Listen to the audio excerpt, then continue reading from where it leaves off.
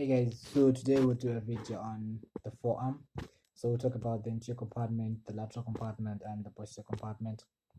So generally, to make things easy, you start from the outside going inside. That is the skin innervation. Then you have superficial veins and etc. etc. Right. So you'd find that on the lateral side rather of your forearm, the nerve that will supply cutaneous innervation on the side will be the lateral cutaneous nerve of the forearm, which is a continuation of the musculocutaneous. The musculocutaneous was that nerve of the anterior compartment of your arm, pierces the coracobrachialis and comes to lie between the biceps brachii and the brachialis muscle. Then it will image between the biceps brachii and the brachioradialis to ultimately become the lateral cutaneous nerve of the forearm. Then on the major side, you remember that for your brachial plexus, you had a medial cord that gave rise to a medial cutaneous nerve of the arm, then one of the forearm. So that medial cutaneous nerve of the forearm would then supply cutaneous innervation on the medial side. Then in terms of the superficial veins now, you'd find that you have a cephalic and a basilic vein. The cephalic vein you'll find it on the lateral side, then the basilic vein will be on the medial side. So these are formed from the dorsal venous arc. The dorsal venous arc will actually receive all the blood from the hand as well as on the palm. The cephalic vein on the lateral side will pass through the roof of the anatomic snuff box. This snuff box will become important because you also feel the pulsations of the radial artery and you'll be able to palpate the scaphoid bone.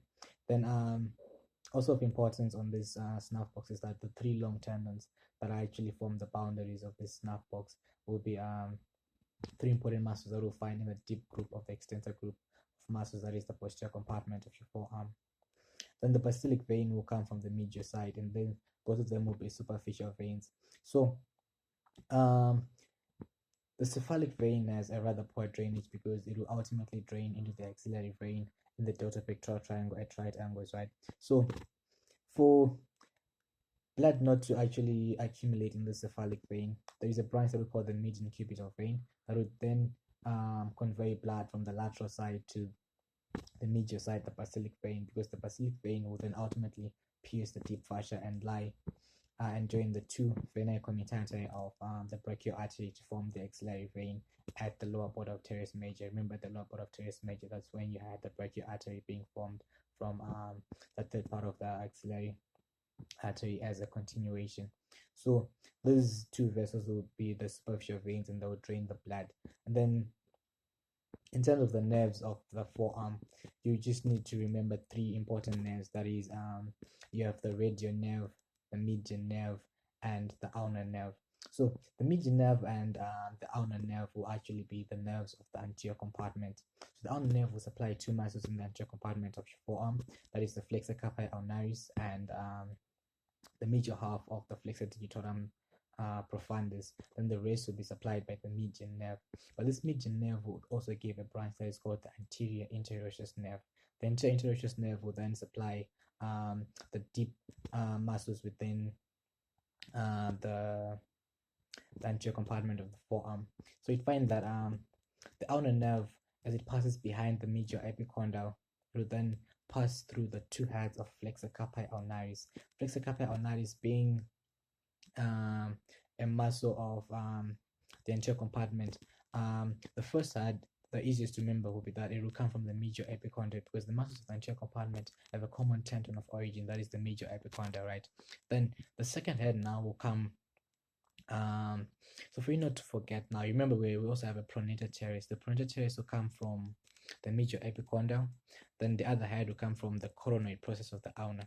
The second head of the flexor carpi ulnaris will come from the olecranon process of the ulnar bone. That is a bit simple now. So the ulnar nerve will pass through those two heads of flexor carpi ulnaris. Then it will lie between the flexor carpi ulnaris superficial and the flexor digitorum profundus deep, such a way that when you get to the wrist, the first thing that you see at the wrist will be the tendon of the flexor carpi ulnaris. Then you see the ulnar nerve before you see the ulnar artery. So the ulnar artery will actually be lateral to the ulnar nerve at the wrist. Then going to the median nerve will pass through the two heads of the pronator teres. That is after passing through the cubital fossa. That is another important deep invagination on your just in front of your elbow joint. This median nerve will pass between the flexor digitorum superficialis, that is above, and the flexor digitorum profundus, that is below. Then when you get lower down, it will then emerge on the upper border of the flexor digitorum superficialis to come to lie beneath the tendon of palmaris longus. So palmaris longus will actually pass superficial to the flexor retinaculum. Then below that, passing through the carpal tunnel, will be the median nerve. And the radial nerve will supply, of course, the triceps muscle in the arm. Then it will give three very important branches before it divides into a superficial branch and a deep branch. These three very important branches will supply three muscles. That is the two muscles of the lateral compartment, that is brachioradialis and extensor carpi radialis longus, as well as a muscle of the posterior compartment, that is the anconeus muscle. Then it gives a superficial branch and a deep branch. So the deep branch will supply all the other muscles of the posterior compartment except the anconeus muscle. So you'd find that this deep branch will actually only supply two muscles and then continue as the posterior interosseous nerve of the forearm. So these two muscles will be the extensor carpi radialis brevis and the supinator muscle, which it actually pierces. Then it then continues as the posterior interosseous nerve of the forearm and supply all the other muscles of the posterior compartment. The anterior interosseous nerve was coming from the median nerve and it was supplying the muscles of the deep group of the what? Anterior compartment. Then the superficial branch of the radial nerve will then travel in course, or rather will travel beneath the tendon of brachioradialis and then emerge lower down lateral to the radial artery. So the radial artery, you can feel its pulsations within the anatomic snap box as I alluded earlier on. Then in terms of the artery supply of the forearm, you find that you have a radial artery and an ulnar artery. So the brachial artery would bifurcate into a radial and a more medial ulnar artery, which is actually the larger branch, and the cubital fossa. Then it will give the ulnar artery will actually give an anterior and a posterior interosseous artery that will be the true arteries of the forearm. So these two will be emerging from a main trunk that is called the common interosseous artery, that is the main branch of the ulnar artery. And this ulnar artery will then continue lower down and then form that superficial palmar arc that is joined by a superficial branch from the radial artery to form the palmar arc, the superficial palmar arc. Then you also have a deep that will also come from the more lateral radial artery. So having talked about this, it's now easy to talk about the muscles now within the forearm. So find that in the anterior compartment, you have the flexor muscles that have a common tendon of origin, that is the medial epicondyle. So the first muscle that is easy to remember will be the pronator teres. The pronator teres will actually come from that medial epicondyle as well as the coronoid process. I said it had two heads. Then in between these two heads, you had the median nerve passing through between that. Then this muscle will then go and insert onto the pronator tubercle. The pronator tubercle will be on your radius. Then the second muscle you can talk about, the flexor carpi ulnaris. We have already talked about its origins. Then the flexor carpi ulnaris will insert on the pisiform, the hook of the hamate, and the base of the fifth metatarsal. So if we have the flexor carpi ulnaris, that means we also have an extensor carpi ulnaris. This extensor carpi ulnaris, when you talk about the posterior compartment, you realize that it will not insert on the pisiform and the hook of the hamate, but we only insert on the base of the fifth metacarpal. That will be the difference in terms of insertions of these muscles. So we now have two muscles. Then the other muscle will be the flexor carpi radialis.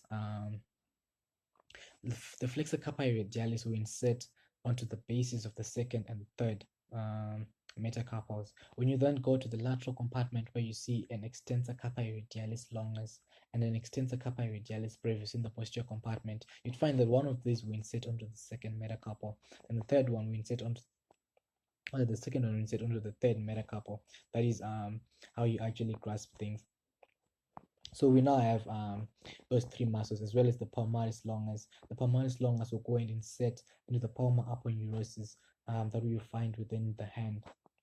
Then you have a flexor digitorum superficialis. The flexor digitorum superficialis will have its four tendons of insertion inserting into the medial four digits, that is in the medial phalanx, right? So as it goes to insert, the two tendons, they separate into two, bridging, or rather forming a gape. That gape will then have the tendon of the flexor digitorum profundus passing through as it goes to insert into the distal phalanx. Then you then have that flexor digitorum profundus that will actually lie deep, and this is in the deep group. Then the superficialis was, of course, the only muscle that was only in the intermediate group. So you'd find that the profundus would be supplied by both the ulnar and the medial nerve. As I alluded to earlier, that the medial half will be supplied by the ulnar nerve, then the lateral half was supplied by the medial nerve. Then you find that posteriorly in the extensor compartment, you won't have two digitorum muscles. You only have one extensor digitorum that will then go in and insert into the extensor expansions of your fingers. So in the lateral compartment, you have two muscles. So if you compartmentalize these things, it will be a bit hard to remember them, right? So if you know it as a forearm, but just remember that it is being divided into three compartments by deep fascia and the interosseous membrane that exists between the radius and the ulna, and then the deep fascia going to insert into the posterior subcutaneous part of the ulna, which is palpable throughout its whole length. So you'd find that in the lateral compartment you have two muscles. These two muscles will be supplied by the radial nerve directly. That is the brachioradialis and the extensor carpi radialis longus. These two muscles will come from the lateral supracondylar ridge, right? And the brachioradialis will go and insert into the styloid process of the radius. Then the extensor carpi radialis longus will go into the bursa of the second metacarpal. Then in the posterior compartment, going more posteriorly, isn't you're seeing a longus, then you then see a what?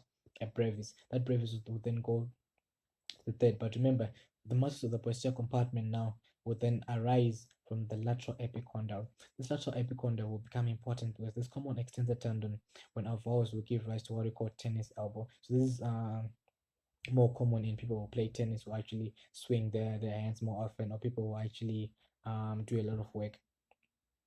So that posterior compartment, we've already talked about the extensor carpi radialis brevis. Then you'd find that you find an extensor digitorum. Then in the superficial group, you also find the extensor, or rather the first one that is rather easy is the anconeus muscle. The anconeus muscle actually exists posterior to the elbow joint, and it will also be a posterior relation to that proximal radioulnar joint. So you have an anconeus muscle, talked about the extensor carpi radialis brevis. Then you find an extensor carpi ulnaris. This ulnaris is the one that we said we're going to insert into the base of the fifth metacarpal, and it will not have any insertion into the pisiform bone or the hook of the hamate. So you also find so we now have three: an anconeus, then we talked about the extensor, and then you talked about the extensor carpi ulnaris, then the radialis brevis. Then you find the extensor digitorum that will go and insert into the base, into the extensor expansions of the four, or rather the medial four digits. Then you find an extensor digiti minimi. So remember, we have an extensor indicis and an extensor digiti minimi. So this the index finger and the digiti minimi. You'd find that these are also having insertions of the extensor digitorum. So the extensor digiti minimi tendon will insert onto the medial side as well as the extensor indices. Then those of the extensor digitorum will actually insert into the lateral sides of those fingers. So you then have a deep group. So this deep group, it becomes important in that if you now remember the boundaries of the snuff box, those three muscles, or those three long tendons that form the boundaries of the snuff box, will actually be a part of the deep group. So the medial boundary will be formed by an extensor pollicis longus. Then the lateral boundary will be formed by the extensor pollicis brevis as well as the abductor pollicis longus. So you find that the abductor pollicis longus actually arises from both the shafts of the radius and the ulna. Then as for the extensor pollicis longus, it will come from the ulnar bone. Then the brevis will come from the radial bone. And for it to be easy, you now remember that a brevis muscle is shorter than its longus, so it would make sense to say that the long one will actually come from the ulnar bone, and the short one will come from the more lateral bone, that is the radius.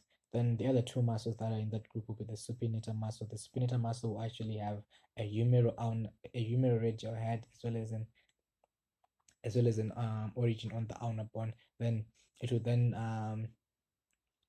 have the same action as the biceps. Remember, the biceps muscle from the arm was the chief supinator. So this muscle will also supinate. It's in terms of its insertion, it will also insert on the radial bone. Then the fifth one will be the extensor indices. We talked about the extensor indices having an insertion onto the medial part of the index finger. Then on the radial bone, there's a dorsal tubercle. That dorsal tubercle provides passage of the tendon of the extensor pollicis longus. So basically, that is the region of the forearm in a nutshell, simplified, and I hope you enjoyed.